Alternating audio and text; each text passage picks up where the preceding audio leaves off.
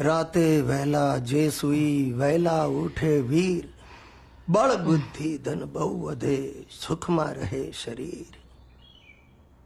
30 વર્ષ થઈ ગયા, બળબુદ્ધિ કે ધન કઈ ન વધ્યું.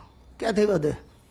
બુદ્ધિ અને ધન તારી પાછળ વપરાઈ ગયા ને બળ વાપરવાની હિંમત નથી. ઉઠ.